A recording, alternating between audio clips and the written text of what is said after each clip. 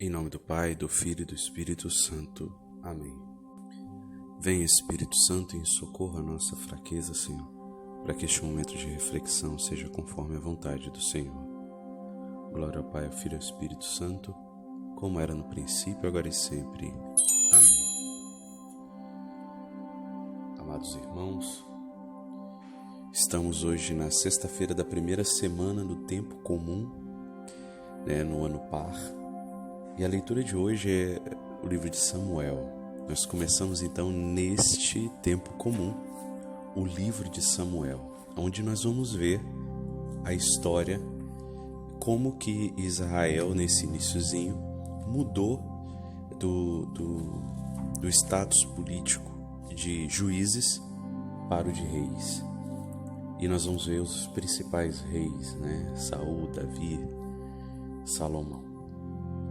Amados, é muito emocionante estudar a Bíblia e ir se aventurando nesse estudo bíblico e lendo pouco a pouco, junto com a liturgia da igreja. Convido a todos que quiserem fazer esse estudo bíblico, essa Lécio Divina, participem do nosso canal Telegram, @Leitura Divina. Convide outras pessoas. É um estudo bíblico seguindo a liturgia da igreja, usando o método da Lécio Divina. A leitura de hoje, nessa sexta-feira da primeira semana do ano par, é primeiro livro de Samuel, capítulo 8, versículo de 4 a 7, depois versículo de 10 a 22. Leitura do primeiro livro de Samuel. Naqueles dias, todos os anciãos de Israel se reuniram, foram procurar Samuel em Ramá e disseram-lhe: Olha, tu estás velho e teus filhos não seguem os teus caminhos. Por isso, estabelece sobre nós um rei, para que exerça a justiça entre nós, como se faz em todos os povos. Samuel não gostou quando lhe disseram: Dá-nos um rei para que nos julgue, e invocou o Senhor. O Senhor disse a Samuel: Atende a tudo que o povo te diz, porque não é a ti que eles rejeitam, mas a mim, para que eu não reine mais sobre eles. Samuel transmitiu todas as palavras do Senhor ao povo que lhe pediram um rei, e disse: Estes são os direitos do rei que reinará sobre vós. Tomará vossos filhos e os encarregará dos seus carros de guerra e dos seus cavalos, e os fará correr à frente do seu carro. Fará deles chefes de 1000 e de 50 homens, e os empregará nas suas lavouras e em suas colheitas, na fabricação de suas armas e de seus carros. Fará de vossas filhas suas perfumistas, cozinheiras e padeiras. Tirará os vossos melhores campos, vinhas e olivais, e os dará aos seus funcionários. Das vossas colheitas e das vossas vinhas ele cobrará o dízimo e o destinará aos seus eunucos e aos seus criados. Tomará também vossos servos e servas, vossos melhores bois e jumentos, e os fará trabalhar para ele. Exigirá o dízimo de vossos rebanhos, e vós sereis seus escravos. Naquele dia clamareis ao Senhor por causa do rei que vós mesmos escolhestes, mas o Senhor não vos ouvirá. Porém o povo não quis dar ouvidos às razões de Samuel e disse: Não importa, queremos um rei, pois queremos ser como todas as outras nações. O nosso rei administrará a justiça e marchará à nossa frente e combaterá por nós em todas as guerras. Samuel ouviu todas as palavras do povo e repetiu-as aos ouvidos do Senhor. Mas o Senhor disse-lhe: Faze-lhes a vontade e dá-lhes um rei. Palavra do Senhor, graças a Deus. Meus irmãos, essa leitura é um momento crucial de mudança do modo político do povo de Deus. ela é importantíssima de ser entendida, meditada. Antes aqui desse fato, o povo era governado por juízes. Então, como se fossem delegados, né, que decidiam as questões daquele bairro, daquele setor, daquela área ou daquela tribo. Então, Israel teve vários juízes, né? Sansão, né? Temos aí vários juízes famosos, né? Samuel é um juiz. E os filhos de Samuel também foram colocados como juízes, só que eles deixaram a desejar em vários pontos. E veja, o povo então, ele quer a mudança do modo político.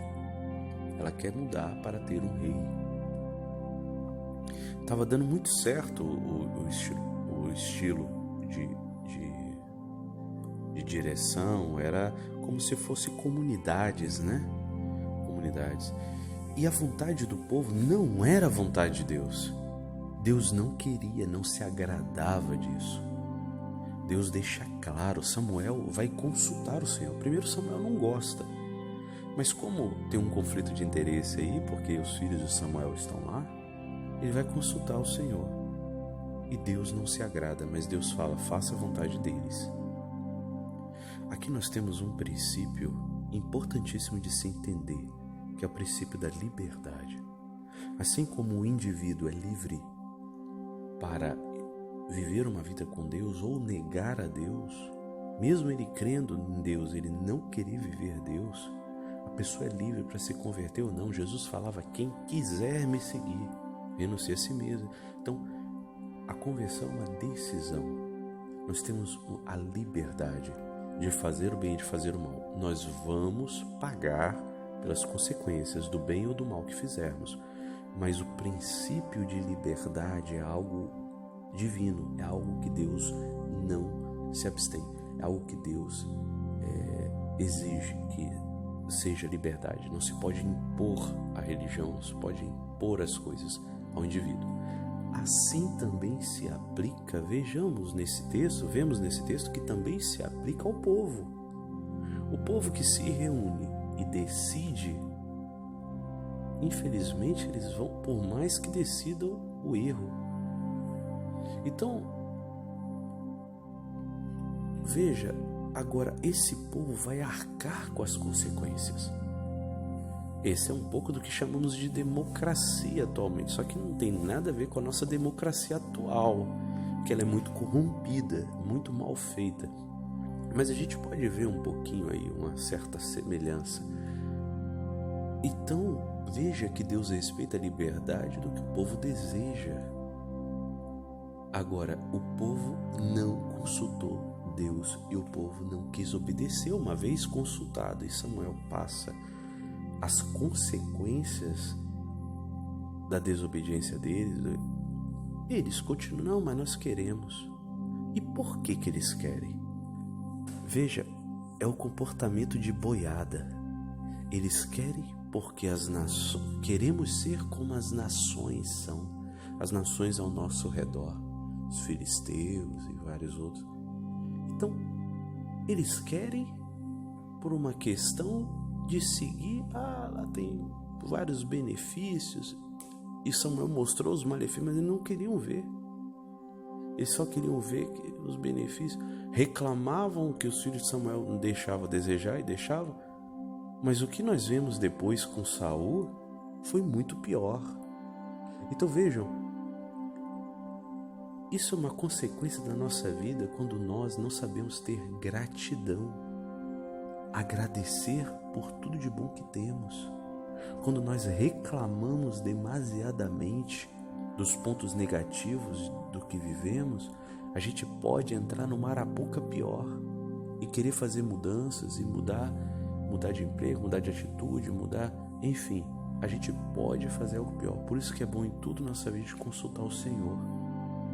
E hoje, então, a nossa sociedade, isso mostra para nós por que a nossa sociedade está em falência, Porque é esse princípio aqui de democracia está sendo aplicado aí, né?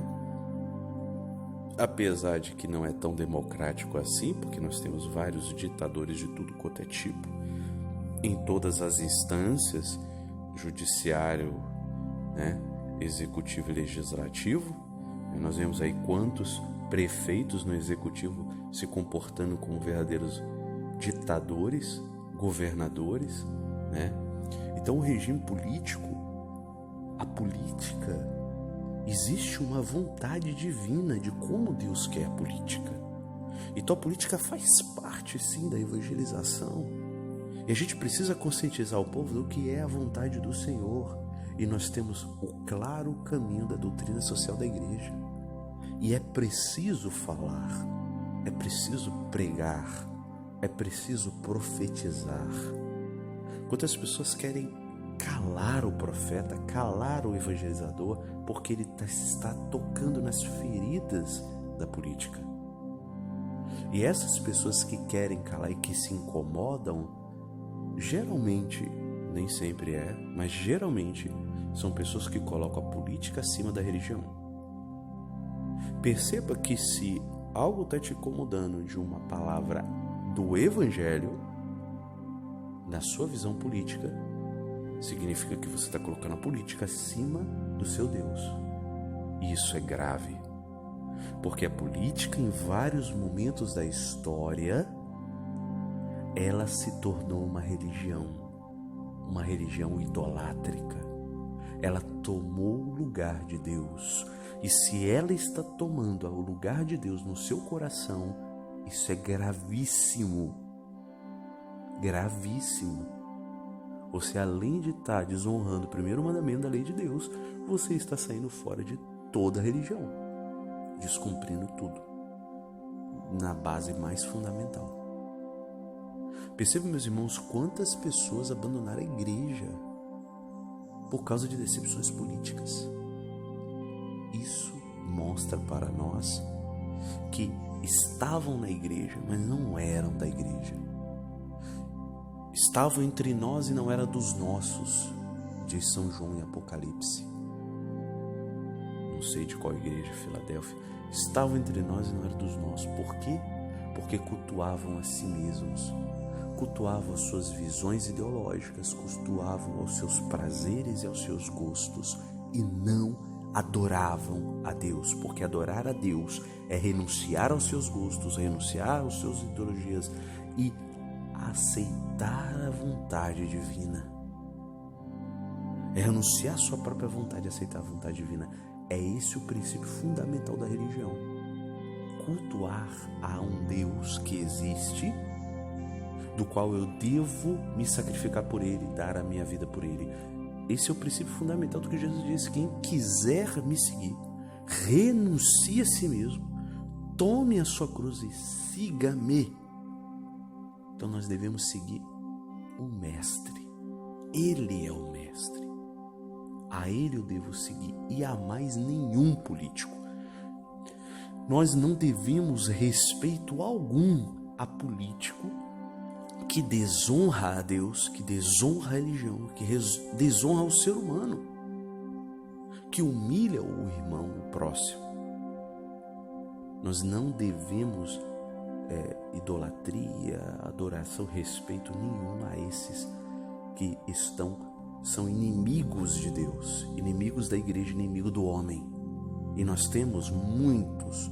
Então não se trata só de corrupção de dinheiro, desvio de dinheiro, mas há uma grande corrupção que é muito pior, que é o desvio de valores, desvio da verdade, desvio da honra. Quantos políticos impedindo as pessoas de rezarem, de cultuarem, de adorarem a Deus. Isso é gravíssimo. E o povo precisa acordar. No nosso canal lá na Leitura Divina, incrivelmente hoje, o padre José Eduardo, que para mim é um padre profeta, colocou um vídeo curto onde ele fala: se nós não transformarmos a sociedade nos domina.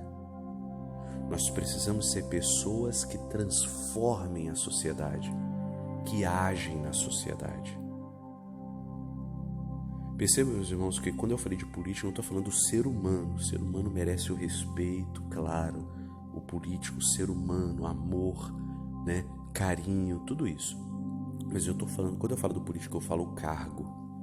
O cargo político, ele é empregado nosso. Ele é um servidor. E o que está acontecendo é justamente que eles querem ser servidos e não servir.